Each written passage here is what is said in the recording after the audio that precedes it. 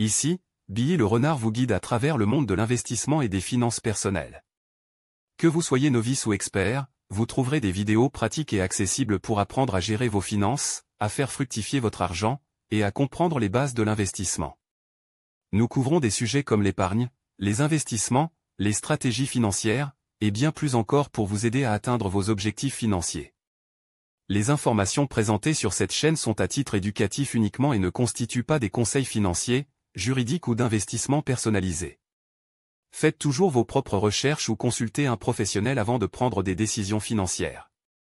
L'investissement comporte des risques, et vous devez être conscient que la valeur de vos investissements peut augmenter ou diminuer.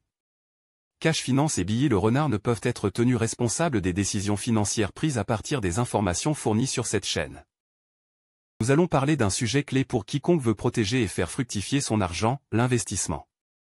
Dans un monde où l'inflation ronge notre pouvoir d'achat et où les comptes épargne ne rapportent presque rien, investir devient plus qu'une option, c'est une nécessité. Alors, c'est quoi vraiment investir, et pourquoi devriez-vous commencer dès aujourd'hui?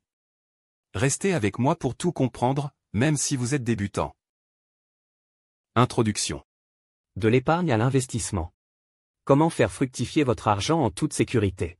L'épargne est simplement de mettre de l'argent de côté sans risque.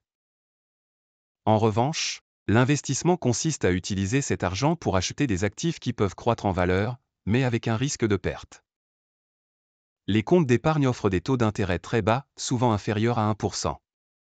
Alors que les investissements, comme les actions ou les biens immobiliers, peuvent offrir des rendements plus élevés sur le long terme. Exemple et comparaison. Imagine que tu places 10 000 € sur un compte d'épargne qui te rapporte 0,5% par an. Après un an, tu as gagné 50 €. Cependant, l'inflation étant à 3%, tu as en réalité perdu du pouvoir d'achat. Ton argent ne peut plus acheter autant qu'il pouvait l'année précédente. Par contre, si tu investis ces 10 000 € dans des actions qui te rapportent 6% par an en moyenne, tu pourrais obtenir 600 € de rendement. Bien sûr, il y a un risque que la valeur des actions baisse, mais sur le long terme, les marchés boursiers ont tendance à croître. Qu'est-ce qu'investir? Épargne vs investissement. L'épargne, c'est bien. Mais l'investissement? C'est mieux. Pourquoi investir? Inflation et croissance du patrimoine. Explication. L'inflation réduit la valeur de l'argent au fil du temps. Donc, si tu n'investis pas, tu perds de l'argent en termes réels. En investissant, tu fais croître ton patrimoine au lieu de le laisser stagner. Exemple pratique. Prenons l'exemple de deux amis, Pierre et Marie. Pierre garde son argent sur un compte épargne qui rapporte 0,5%, tandis que Marie investit dans un portefeuille d'actions qui rapporte 5% par an. Au bout de 10 ans, Pierre aura environ 10 510 €, tandis que Marie aura environ 16 290 €. C'est une différence de plus de 5 000 €, simplement grâce à l'effet des rendements composés. Comparaison avec l'inflation. Supposons que l'inflation moyenne est de 2% par an. L'argent de Pierre perdra de la valeur réelle à cause de l'inflation, alors que celui de Marie, même après ajustement de l'inflation, aura une bien meilleure croissance. Choisir ses objectifs financiers. Comment définir vos objectifs financiers? Pour investir sereinement? Choisir ses objectifs financiers. Explication. Définir des objectifs financiers clairs est essentiel avant d'investir. Cela te permet de choisir des stratégies adaptées à ton horizon temporel et à ta tolérance au risque. Exemple d'objectif. Court terme, 1 à 3 ans, tu prévois d'acheter une voiture ou de faire un grand voyage. Il vaut mieux garder cet argent dans des placements sûrs, comme des comptes d'épargne ou des obligations à court terme. Moyen terme, 3 à 7 ans, tu pourrais vouloir économiser pour l'achat d'une maison. Ici, tu peux prendre un peu plus de risques avec des placements comme des fonds d'obligations ou des fonds diversifiés. Long terme, 7 ans et plus, si ton objectif est la retraite ou les études de tes enfants, tu peux te permettre de prendre davantage de risques, car tu as le temps de récupérer les éventuelles pertes du marché. Les actions ou l'immobilier sont des options à considérer. Comparaison. Si tu investis tout ton argent à court terme dans des actions volatiles, tu risques de perdre une grande partie de ce capital au mauvais moment. Inversement, investir tout en épargne pour un objectif à long terme limite la croissance de ton patrimoine.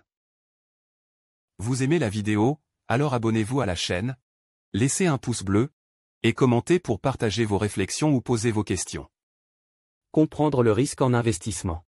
Diversification. Votre bouclier contre les tempêtes du marché.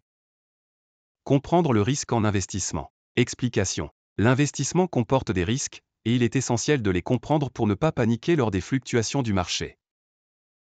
Type de risque. Risque de marché, la valeur de tes investissements peut fluctuer en fonction des conditions économiques. Risque de liquidité, tu pourrais avoir du mal à vendre certains actifs rapidement. Risque spécifique, certains actifs, comme des actions individuelles, peuvent s'effondrer si l'entreprise va mal. Exemple de diversification. Si tu investis 100% de ton argent dans une seule action, tu prends un grand risque. Mais si tu répartis cet argent sur 10 ou 20 actions différentes dans plusieurs secteurs, technologie, santé, consommation, etc., tu réduis considérablement ce risque. Illustration.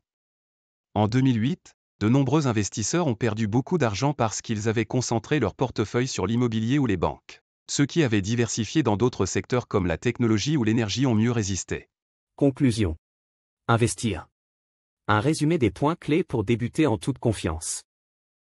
Investir est essentiel pour faire croître ton patrimoine, surtout face à l'inflation. Mais il faut comprendre les risques et avoir des objectifs financiers clairs. Merci d'avoir regardé cette vidéo.